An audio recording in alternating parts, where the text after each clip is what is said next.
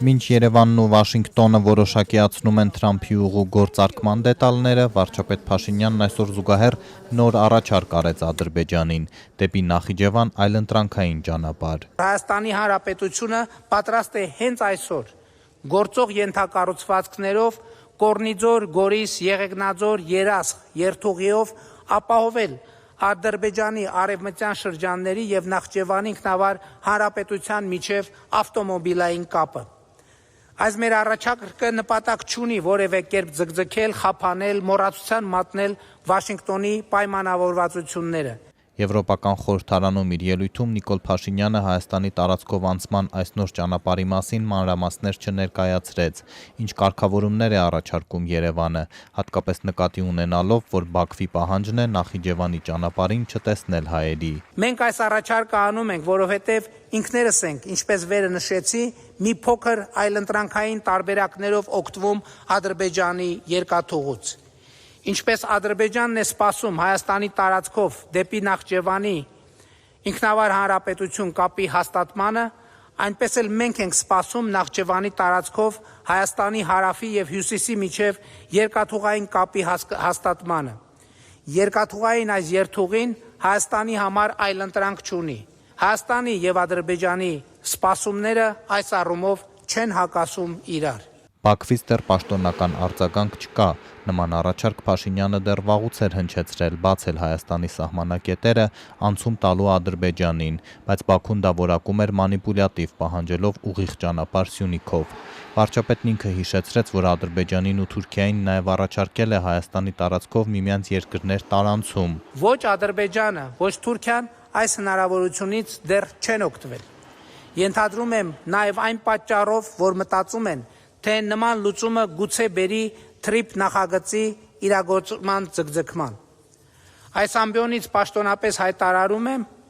որ Հայաստանը թրիփ նախագծի իրագործումը ձգձգելու ոչ միայն մտադրություն, այլև պատճառ չունի։ Եվրոպական հարթակը վարչապետն օգտագործեց բարձրաստիճան եկեղեցականներին կրկին խիստ քննադատելու համար։ Առանց անուններ տալու նա հիշեցրեց ահաբեկչության փորձի համար այժմ կալանավորված Բագրատ Սրբազանի առաջնորդած բազմահազարանոց շարժումը, որ սկսվել էր Տավուշում սահմանագծման 4 գյուղերն Ադրբեջանին վերադարձնելու օրերին։ Ասաց թեմային չէր անդրադառնա, եթե փորձ չարվեր հոգևորականներին ներկայացնել որպես քաղբանտարկյալներ։ Իրականությունն այն է, որ որոշ հոգևորականներ, ովքեր ցինիկ կերպով խախտել են հոգևոր բարևարկության բոլոր կանոնները, այդպիսով իրենց խոցելի դարձրել օտարերկրյա հատուկ ծառայությունների համար, իդեպ նրանցից ոմանց ԽՍՀՄ պետական անվտանգության կոմիտեի գործակալ լինելու փաստը ապացուցվում է փաստաթղթերով, ահա այդ հոգևորականները Հայաստանի Հանրապետությունում ստանձնել են պատերազմի կուսակցության առաջնորդությունը, իրենց շուրջ հավաքելով Հայաստանի նախկին ղեկավարներին, նրանց հետ կապված որոշ ուժերի, որոշ ռուսաստանաբնակ եւ բելարուսամետ օլիգարխների եւ փորձում են Հայաստանի անկախությունը զոհաբերել երրորդ երկրների շահերին։ Որևէ հոգևորականի, սակայն դավաճանության, լրտեսության կամ այդօրինակ մեղադրանք առաջադրված չէ, նրանք անցնում են այլ իշխանությունը զավթելու կոչից մինչև թմրանյութերի շրջանառության հոդվածներով, որոնք եւս որակում են քաղաքական հաշվեհարդար։ Սերժ Սարգսյանի գլխավորած հանրապետականի փոխնախագահ Արմեն Աշոտյանն առաջիններից էր, որ արձագանքեց վարչապետի Ստրասբուրգյան ելույթին։ Նիկոլ Փաշինյանը առաջին անգամ իր միջազգային ելույթներում ստիպված է լինում միևնույն ելույթի մեջ օգտագործել Հայաստան եւ քաղբանտարկյալներ հասկացությունը, ստիպված է լինում հիմնավորել իր կեղծ պնդումներով իհարկե եկեղեցու դեմ հարձակումները, ստիպված է լինում անդրադառնալ ներքաղաքական պայքարին, նշանակում է,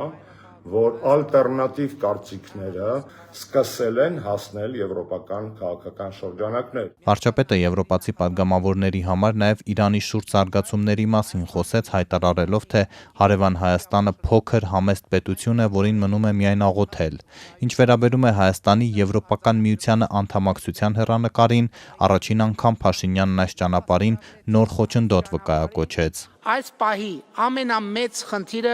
Եվրոպական միության եւ Վրաստանի միջև քաղաքական երկխոսության սառեցված վիճակն է։ Վրաստանը մեզ համար ճանապարհ է դեպի Եվրոպական միություն եւ մենք Եվրամիությանը Հայաստանի Հանրապետության անդամակցելու գործընթացի մեկնարկի մասին օրենքը ընդունեցինք այն բանից հետո, երբ Վրաստանը Եվրամիության անդամության տեխնացուի կարգավիճակ ստացավ։ Եվ մեր ակնկալինքը ու խնդրանքն է, որ Եվրոպական միություն, Վրաստան կառուցողական գործընթացը զարգանա։ Բրյուսելը Թբիլիսիի հետ երկխոսությունը սառեցրել է Վրաստանում անցկացված խորհրդարանական ընտրություններից հետո։ Արևմտյան երկրները Վրաստանին մեղադրում են ժողովրդավարության էական հետընթացի համար։ Պաշտոնական Երևանը վարչապետի վկայակոչած օրենքն ընդունելուց հետո Եվրամիությանն անդամակցելու հայտ չի ներկայացրել։